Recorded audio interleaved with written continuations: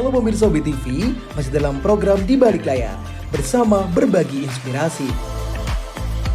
Episode kali ini kita akan mengulas seputar Trinil Susilawati. Beliau merupakan seorang profesor dari Fakultas Peternakan Universitas Brawijaya. Seperti apa kisah perjalanan beliau? Tetap di program Di Balik Layar bersama berbagi inspirasi.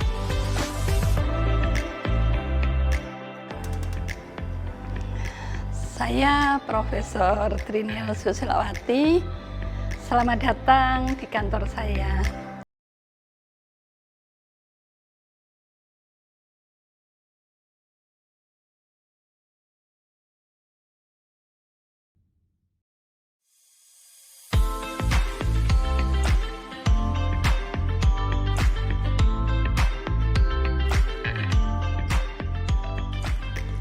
Wanita kelahiran 12 November 1962 ini diberi kepercayaan untuk menjadi pengajar sekaligus Ketua Senat Akademik Fakultas Peternakan.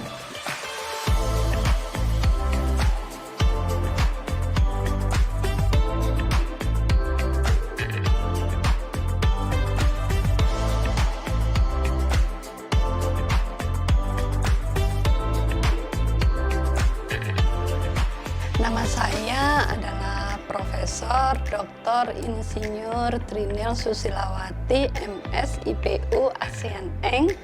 Saya lahir di tahun 1962, ya, 12 November 1962.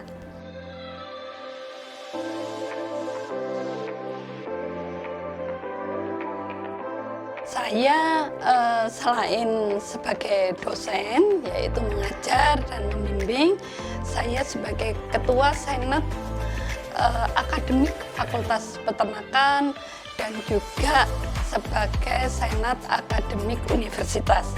Yang kedua adalah saya sebagai Ketua Riset Grup Ternak Potong atau Red Meat Producer, yaitu yang ada di Fakultas Peternakan, dan yang ketiga adalah saya sebagai konsultan di perusahaan PT Widodo Makmur Perkasa.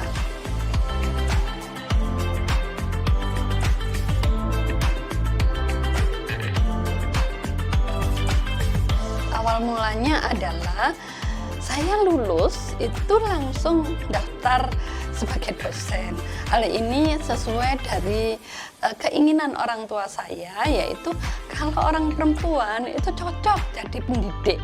Maka dari itu ya saya manut, akhirnya saya daftar jadi dosen. Kemudian alhamdulillah saya mengikuti terus kegiatan-kegiatan pelatihan. Kemudian saya S2, ya, S2 di UNER dan S3 juga di UNER.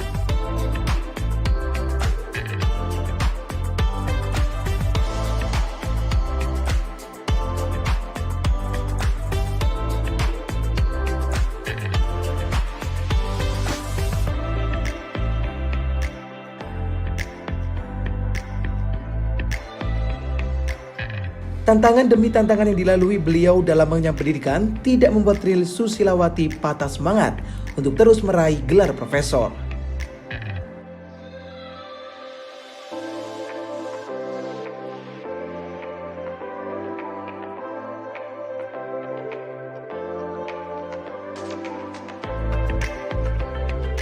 Tantangannya menarik karena saya mengawali sudah berkeluarga, jadi saya punya anak, sehingga saya harus menyeimbangkan antara keluarga dengan pendidikan.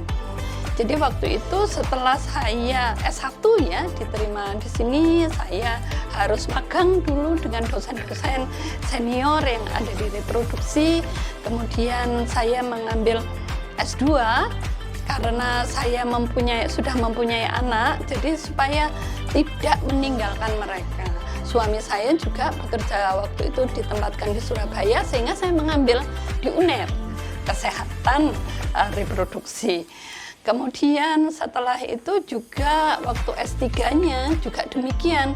Karena saya sudah mempunyai anak 3, bagaimana keluarga saya tetap bisa saya dampingi, tetapi saya juga bisa studi S3 saya.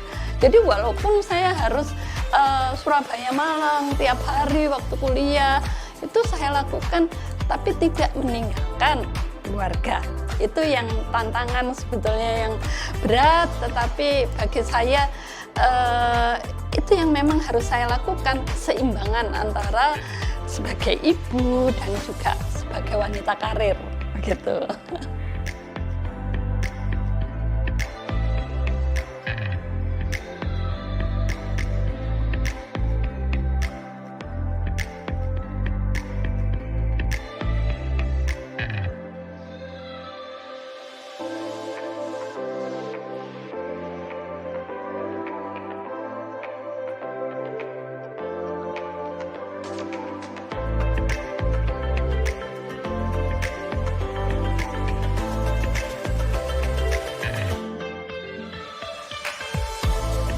Rukun sekali, kita saling dukung. Jadi pada waktu misalnya waktunya senior kita menjadi guru besar, kita yang muda-muda ini mendukung. Demikian juga pada waktu saya dulu juga teman-teman kita bisa bekerja sama dengan baik di sini. Selain itu, setelah saya jadi guru besar, bagaimana ini juniornya supaya cepat menjadi guru besar, kita dukung. Alhamdulillah sekarang itu bawah saya ini sudah guru besar semua, Mbak. Itu karena hubungan baik di antara kita, saling dukung. Sedangkan dengan masyarakat, alhamdulillah saya bertempat di dulu itu rumah warisan gitu, sehingga sekitar saya adalah orang yang sudah sepuh-sepuh dan berada di sana. Hubungan sosial sangat bagus. Jadi kita hampir tiap hari itu atar-ataran, pohon goreng, ini nasi campur dan sebagainya. Jadi itu atar-ataran terus gitu. Jadi seneng sekali, guyup. Alhamdulillah, saya suka sekali di daerah saya. Gitu.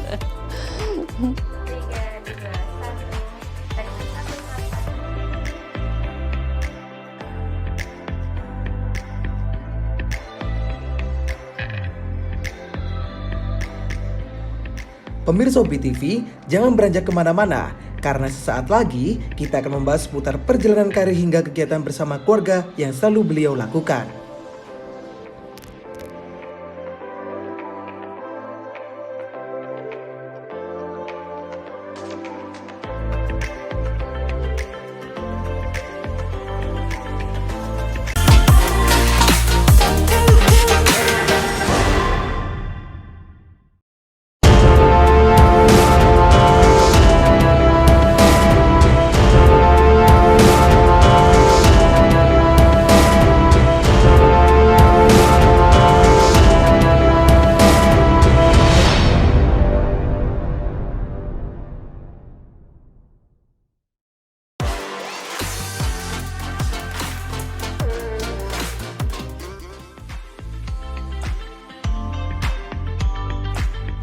Trinil Susilawati berbagi cerita mengenai perjalanan karirnya selama menjadi akademisi.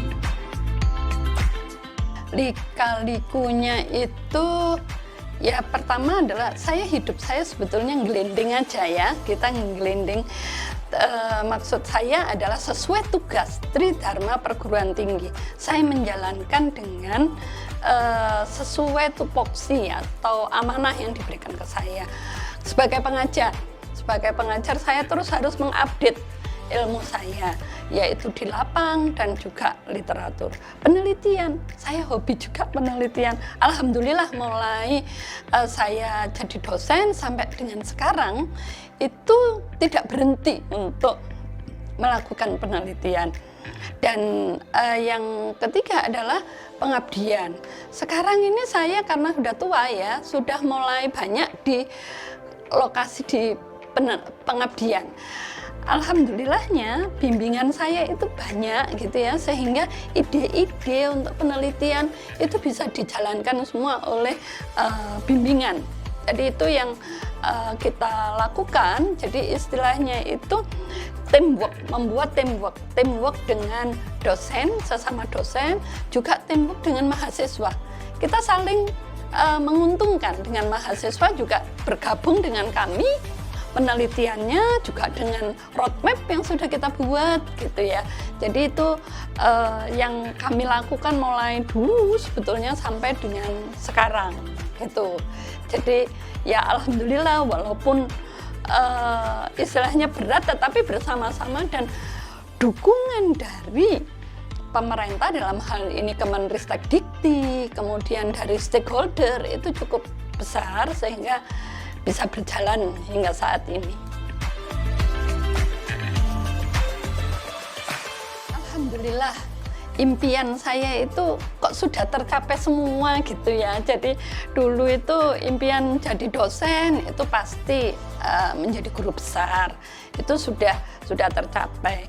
Kemudian yang kedua adalah bagaimana hasil penelitian saya itu bisa diimplementasikan di lembaga pemerintah misalnya, itu sudah terlaksana. Jadi waktu itu impian saya adalah waktu S3, S2, S3 membuat sperma itu X atau Y gitu ya, sehingga anaknya itu jantan atau betina bisa kita program. Alhamdulillah sudah diproduksi oleh balai gitu, sehingga manfaat lah ya teknologi yang kita dapatkan. Kemudian implementasi juga, sekarang lebih banyak sekali kegiatan saya yang implementasi.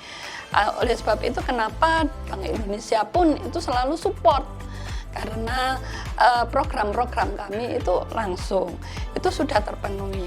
Kemudian impian dulu mikirnya itu 3 anak ini harus sudah bisa mandiri. Alhamdulillah juga, alhamdulillah insya Allah sudah gitu ya. Jadi sekarang ini tinggal bagaimana memanfaatkan diri saya atau hidup itu manfaat sebanyak-banyaknya gitu saja, Mbak. Jadi impiannya cuma itu, karena bekal kita nantinya itu hanyalah bagaimana kita bermanfaat sebanyak-banyaknya gitu. Di sela kegiatannya yang padat, beliau masih menyempatkan diri untuk menghabiskan waktu bersama keluarga tercinta. Ini yang menurut saya seninya ini. PR bagi wanita karir ini, membagi waktu antara keluarga dengan karir. Ini adalah komunikasi kuncinya. Bagaimana kita selalu berkomunikasi dengan pasangan kita, itu suami, kemudian komunikasi dengan anak-anak, sehingga mereka pada tahu apa sih yang sedang dilakukan oleh istriku atau oleh mamaku, itu mereka tahu semua. Jadi itu sehingga mereka walaupun saya banyak sekali lagi kerja begitu, mereka tahu oh tujuannya ini seperti apa gitu. Prioritas tetap pada keluarga. Jadi saya memprioritaskan, tetapi karena mereka sudah mengerti berkomunikasi, akhirnya mereka pun ikhlas kalau saya harus berkarir begitu. Jadi ini yang prinsipnya adalah seperti itu, Mbak. Tetap prioritas kasih sayang kepada keluarga itu yang nomor 1. Ada suatu hal yang bagi saya penghargaan di dalam hidup saya yang paling besar adalah pada saat 2 anak saya menikah, kemudian mereka mengatakan, terima kasih Mama telah mendidik aku dengan kasih sayang. Walaupun Mama itu tetap berkarir, tetapi kasih sayang Mama, perhatian Mama itu tidak pernah terlepas dari kami. Bagi saya, penghargaan tertinggi saya adalah pada saat itu melepas kedua anak perempuan saya dan anak laki-laki saya. Mereka dengan mengatakan puas sebagai anak Mama gitu.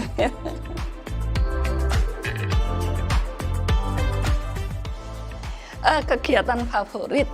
Jadi saya sebetulnya selalu menikmati setiap tahapan.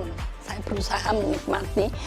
Yaitu favorit saya adalah seringkali kita bersama-sama, saya dengan suami saya jalan-jalan untuk melihat anggrek, karena itu kesukaan saya. Kemudian yang kedua, hobi saya yang lain adalah ini melukis. Jadi ini melukis glass painting seperti ini, biasanya nanti kemudian saya pakai sendiri atau juga dibagikan kepada teman. Terus misalnya kita punya teman di luar negeri gitu, kalau dikasih buatan sendiri itu lebih menarik. Ini juga yang produk saya juga punya hobi baru ini membuat keramik, karena anak saya ada yang usaha keramik, sehingga saya membuat bagaimana model sperma dan oosit tapi dalam bentuk keramik. Jadi ini salah satu hobi saya apabila waktu longgar. Dan yang tak kalah pentingnya adalah hobi saya itu menulis gitu. Jadi selain menulis buku, menulis publikasi, juga menulis yang istilah saya warisan ya. Jadi maksudnya adalah bagaimana para orang tua kita menjadi seperti sekarang. Jadi itu supaya anak-anak itu mengetahui nenek moyangnya, orang tuanya itu seperti apa di dalam mendidik. Begitu Pak. Jadi cukup banyak yang menyenangkan gitu. Pemirsa BTV, sesaat lagi kita akan mengetahui bagaimana sosok Trinil Susilawati.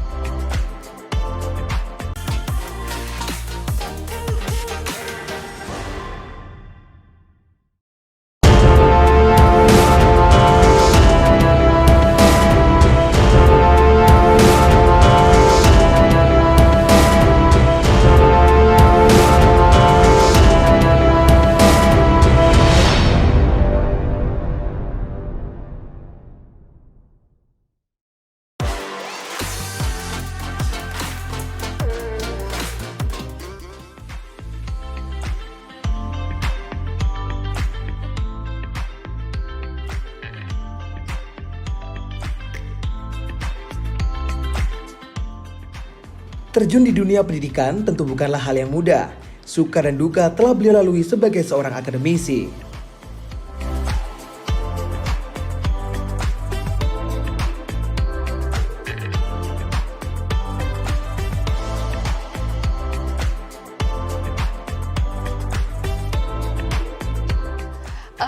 Yang saya lakukan kalau sudah banyak ini adalah mendekat ke Allah.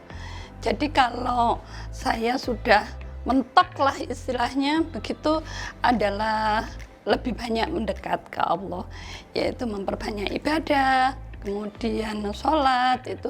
Karena apa, saya bersandar itu yang paling kokoh adalah kepada Allah. Jadi itu yang saya lakukan.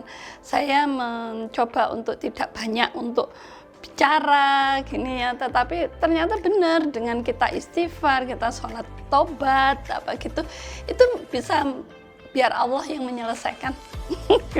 Kadang itu ada masalah yang tidak harus kita selesaikan sendiri, jadi biarlah Allah yang menyelesaikan. Demikian Mbak.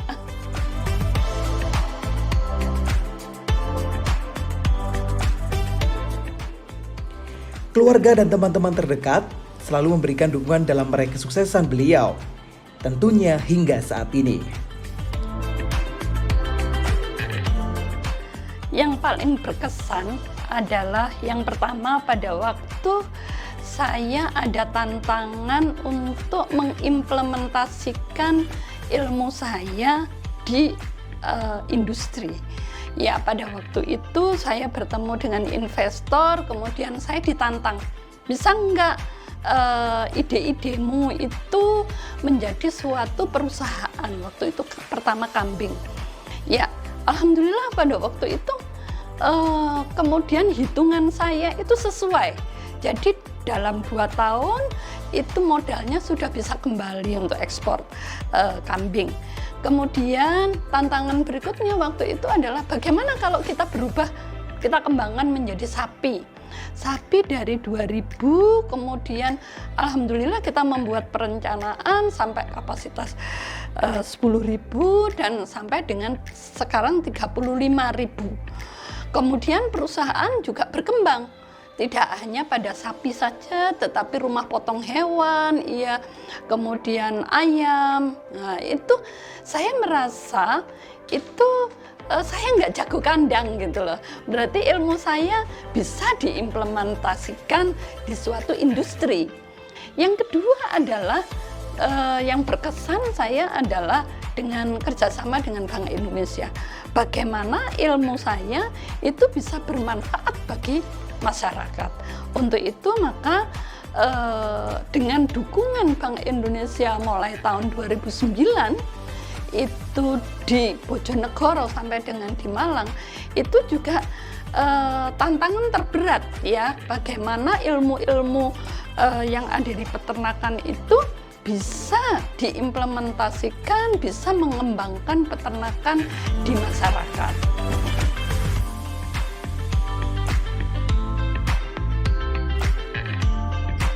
Tidak pernah terlambat dan lelah untuk belajar merupakan salah satu kunci sukses beliau dalam meraih capaiannya. Yang paling berjasa adalah pertama adalah orang tua saya.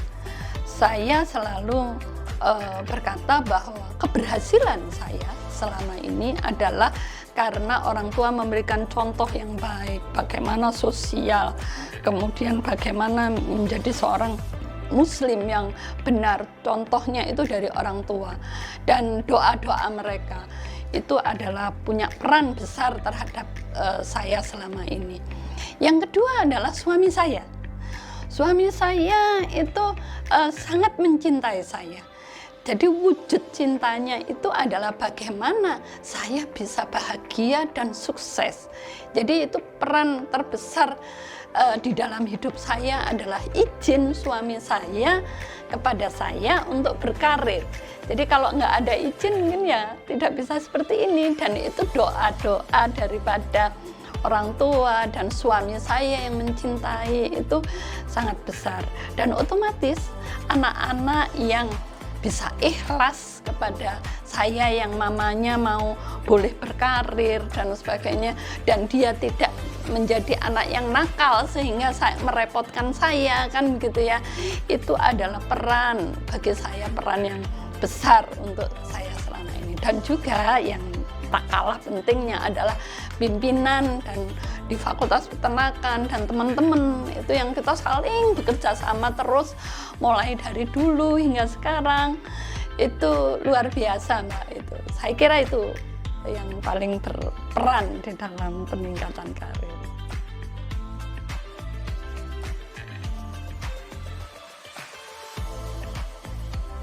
Kita mesti mencanangkan cita-cita gitu. Dan kekuatan kita sebetulnya adalah doa. Jadi kita harus bekerja keras tetapi doa itu juga penting. Dan yang nomor satu adalah berbakti kepada orang tua. Ternyata kalau kita pelajari itu orang-orang sukses sebagian besar adalah orang yang berbakti kepada orang tua. Jadi kalau kepingin sukses, cita-citanya bakti kepada orang tua, kemudian doa itu, kemudian kerja keras. Karena kerja keras adalah wujud doa yang tertinggi menurut saya.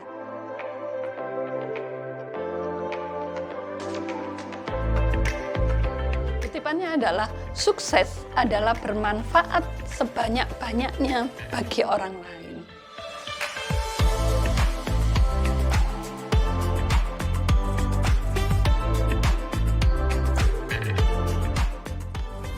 Demikianlah program Di Balik Layar episode kali ini. Semoga dapat memberikan inspirasi untuk Anda pemirsa UBI TV. Di Balik Layar, bersama berbagi inspirasi.